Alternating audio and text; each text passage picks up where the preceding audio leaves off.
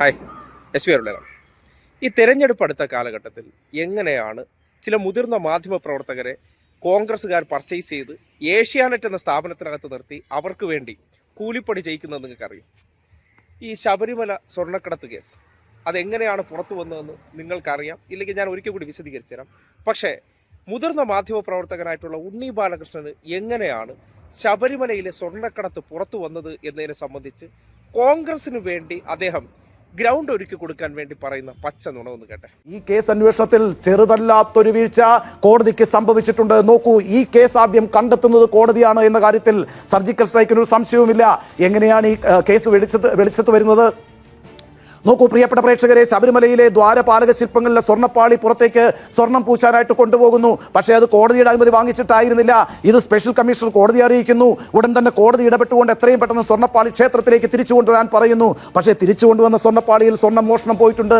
അത് അന്വേഷിക്കാൻ കോടതി തീരുമാനിക്കുന്നതോടുകൂടിയാണ് ശബരിമല സ്വർണ്ണക്കൊള്ള കേസ് എന്ന് പറയുന്ന ഒരു കേസ് തന്നെ ഉണ്ടാകുന്നത്. കേട്ടല്ലോ, ഇങ്ങനെയാണോ സ്വർണ്ണക്കടത്ത് കേസ് പുറത്തേക്ക് വന്നത്? അല്ല, ആഗോള അയ്യപ്പ സംഗമം നടത്താൻ പോവുകയാണ്. ആര്? സർക്കാർ. ഒരു 3 മാസങ്ങൾക്ക് മുന്നേ നവംബർ മാസത്തിലാണെന്ന് തോന്നുന്നു.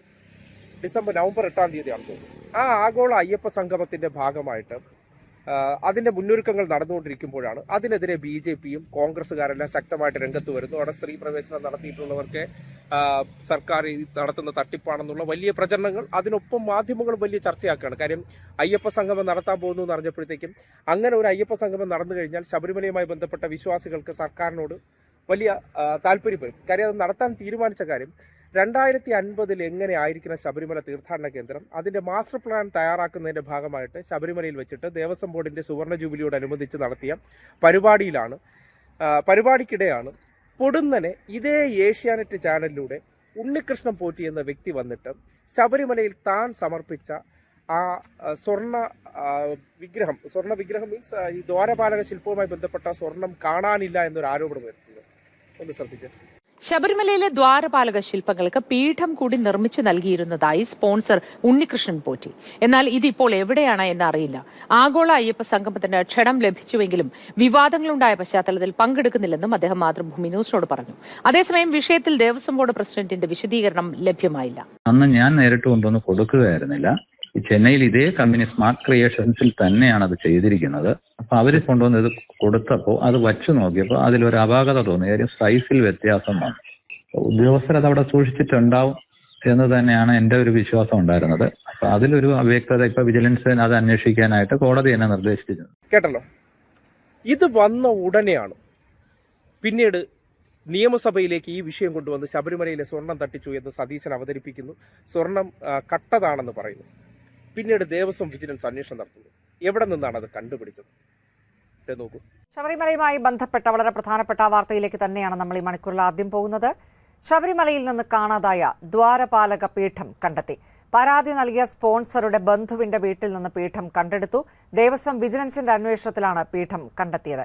2021 മുതൽ സ്വർണ്ണപീഠം കാണാതായിട്ടും എവിടെ എന്നതിൽ ദേവസ്വം ബോർഡ് പരിശോധിക്കാതിരുന്നതും വലിയ വീഴ്ചയാണ്. കണ്ടല്ലോ, ആരോപണം ഉന്നയിച്ച വ്യക്തിയുടെ സഹോദരിയുടെ വീട് വെഞ്ഞാറമൂട് കാരറ്റ് നിന്നിട്ടാണ് ആ കാണാതായ സ്വർണം ദേവസ്വം വിജിലൻസ് കണ്ടെത്തിയത്. സ്വാഭാവികമായിട്ടും അപ്പോൾ എന്തിനായിരിക്കണം സർക്കാർ അല്ലെങ്കിൽ ദേവസ്വം ബോർഡ് നടത്താൻ തീരുമാനിച്ചൊരു പരിപാടി നടക്കാൻ പോകുക, അതിൻ്റെ തൊട്ടടുത്ത ദിവസം 4-5 ദിവസം മുന്നേ ഉണ്ണികൃഷ്ണൻ പോറ്റി വരുന്നു, സ്വർണം കാണാനില്ല എന്ന് പറയുന്നത് ആർക്ക് വേണ്ടിയായിരിക്കും? ആ പരിപാടി നന്നായിട്ട് നടക്കണമെന്ന ആഗ്രഹമാണോ? അതിനെതിരെ വിവാദ ചർച്ച ഉണ്ടാക്കാനാണോ? അപ്പോൾ സർക്കാർ സ്പോൺസേഡ് അല്ല ഉണ്ണികൃഷ്ണൻ പോറ്റി മറ്റാരോ സ്പോൺസേഡാണ്.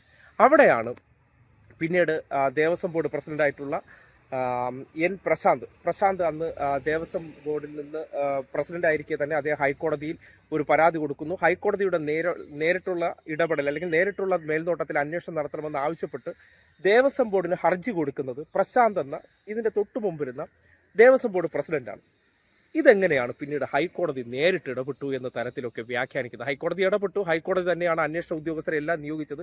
സർക്കാർ അതിനു മുന്നിൽ എല്ലാം വിധേയപ്പെടുകയാണ്. ഒരു വിഷയത്തിൽ ഒന്നും പറഞ്ഞില്ല. കോടതി ആവശ്യപ്പെട്ട ഉദ്യോഗസ്ഥരെ എല്ലാം അതിനുവേണ്ടി കോൺസ്റ്റിറ്റ്യൂട്ട് ചെയ്ത് കൊടുത്തു. അവർ തന്നെയാണ് അന്വേഷണം നടത്തിയത്. തന്ത്രി ഉൾപ്പെടെയുള്ള സകല പേരും അറസ്റ്റിലായി. ഇതെങ്ങനെയാണ് പിന്നീട് വളച്ചൊടിച്ചുകൊണ്ട് ഇപ്പോൾ പറഞ്ഞ ആ സ്റ്റേറ്റ്മെന്റ് നിങ്ങൾ ഒരിക്കൽ കൂടി കേട്ടെ. ഈ കേസ് അന്വേഷണത്തിൽ ചെറുതല്ലാത്തൊരു വീഴ്ച കോടതിക്ക് സംഭവിച്ചിട്ടുണ്ട്. നോക്കൂ, ഈ കേസ് ആദ്യം കണ്ടെത്തുന്നത് കോടതിയാണ് എന്ന കാര്യത്തിൽ സർജിക്കൽ സ്ട്രൈക്കിന് ഒരു സംശയവുമില്ല. എങ്ങനെയാണ് ഈ കേസ് വെളിച്ചത്ത് വരുന്നത്? നോക്കൂ പ്രിയപ്പെട്ട പ്രേക്ഷകരെ, ശബരിമലയിലെ ദ്വാരപാലക ശില്പങ്ങളിലെ സ്വർണ്ണപ്പാളി പുറത്തേക്ക് സ്വർണം പൂശാനായിട്ട് കൊണ്ടുപോകുന്നു. പക്ഷേ അത് കോടതിയുടെ അനുമതി വാങ്ങിച്ചിട്ടായിരുന്നില്ല. ഇത് സ്പെഷ്യൽ കമ്മീഷണർ കോടതിയെ അറിയിക്കുന്നു. ഉടൻ തന്നെ കോടതി ഇടപെട്ടുകൊണ്ട് എത്രയും പെട്ടെന്ന് സ്വർണ്ണപ്പാളി ക്ഷേത്രത്തിലേക്ക് തിരിച്ചു കൊണ്ടുവരാൻ പറയുന്നു. പക്ഷേ തിരിച്ചു കൊണ്ടുവന്ന സ്വർണ്ണപ്പാളിയിൽ സ്വർണ്ണം മോഷണം പോയിട്ടുണ്ട്. അത് അന്വേഷിക്കാൻ കോടതി തീരുമാനിക്കുന്നതോടുകൂടിയാണ് ശബരിമല സ്വർണ്ണക്കൊള്ള കേസ് എന്ന് പറയുന്ന ഒരു കേസ് തന്നെ ഉണ്ടാകുന്നത്. ബോധ്യപ്പെട്ടോ?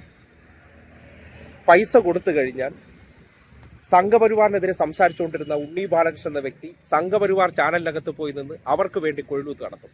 കാശാണ് മുഖ്യമെങ്കിലെ സംഘപരിവാറിനെ ശക്തമായി എതിർക്കുന്ന വ്യക്തിക്ക് ഏഷ്യാനെറ്റ് അയിത്തോ അല്ല, രാജീവ് മുതലാളിയുടെ പൈസ അയിത്തോ അല്ല. കാശ് കിട്ടിയാൽ അത് തന്നെയാണ് ഇവരുടെ എല്ലാ രാഷ്ട്രീയം.